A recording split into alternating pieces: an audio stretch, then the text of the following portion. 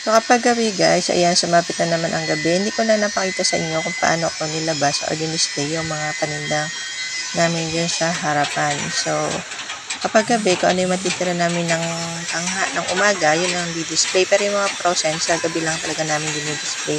Sa umaga, hindi na kasi sa aming displayhan. Kaya yung mga tao is nagtatanong na lang kung may frozen ba pag umaga. But pag ganyang gabi na or hapon, is naka-display na yan guys. Nakalatag na lahat yung frozen namin. At yung mga natirang mga baboy, manok, isda, o may matitira. Pag wala, edi okay lang, mas maganda. Pero kapag may tira, nauubos din yan guys. Kasi sa hapon, marami pa rin naghahanap ng mga paninda. Ayan kasi gising ko lang dyan, kaya nagutom na tayo. Yung in-order natin puto, yun yung ating kinakain. Yun na ang ating merienda, sabay hapunan na rin. So kanina pa kasi nag-aantay yung mga tao sa amin na magbukas, kaya nasa sobrang pagod namin guys mula umaga or madaling araw hanggang tanghali, hanggang alauna kasi nagko-close na kami. Is tinanghali. Hinapon kami ng gising. So, nagising kami mga 5:30 na. Sinabutan na kami ng gabi. Kaya yung mga tao is nabulto talaga. Naipon sila. Mamaya guys, yung mga panindang nandiyan sa harapan namin is ubos din yan. Makikita ninyo guys, ayan, madilim na ang paligid. So, yun.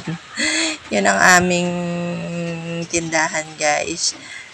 So, kung makikita ninyo is liwanag lang ay sa baba, sa taas is talagang sobrang madilim na. Marami na ang bumibili niyang ganyang oras guys, kahit sa hapon or sa gabi na is marami pa rin bumibili. Magsasara kami niyan guys is mga 9 to 9:30. Depende kapag maaga ako nakapaglista ng aking mga pamimilihin kinabukasan. So, mabenta ang frozen foods namin guys, kaya kinabukasan is mamimili ulit. So, konti lang matitira dyan sa mga frozen foods na yan. Dalasan nga, sold out na talaga lahat, halos yung mga paninda namin na yan. Then yung mga natira ng umaga, yung mga karne-karne, mga isda-isda, naubos din yan. And habang walang bumibili, inaayos ko yung ibang mga paninda. Yan yung routine namin tuwing hapon or tuwing gabi. Ang mag-ayos sa mga paninda kasi kinabukasan mag-refill na naman kami ng mga bagong gulay. So, kailangan bago rin yung mga kailangan walang mga bulok-bulok na nakalagay doon sa ilalim ng mga crates. Nasa ganun kinabukasan, kapag nirefillan mo siya, is ayos pa, walang magubulok. Hindi mahahawa yung mga bagong ilalagay. So, kung makikita nyo dyan guys, hindi ko pinapanatiling, wala akong ginagawa kapag nasa tindahan. Hanggat may oras ako, kinukonsume ko ito. Kasi time is gold. Kapag wala na yung oras, wala na. Hindi mo makita kapanghinayang kasi sayang talaga. Ganun ako mag-consume ng oras guys. Kapag walang bumibili, inaalisan ko ng mga pangit o ng mga dahon-dahon na pangit ang ating mga gulay. Katulad ng repolyo na yan guys, mayroon basayan kaya tinatanggalan ko. Hindi siya pwede magtagal kasi mabubulok yung buong repolyo. So sayang naman, ang mahal-mahal pa naman ang gulay ngayon guys. So tinatsaga ko talaga yan. Dapat sa pag-negosyo na ganito guys, hands-on ka.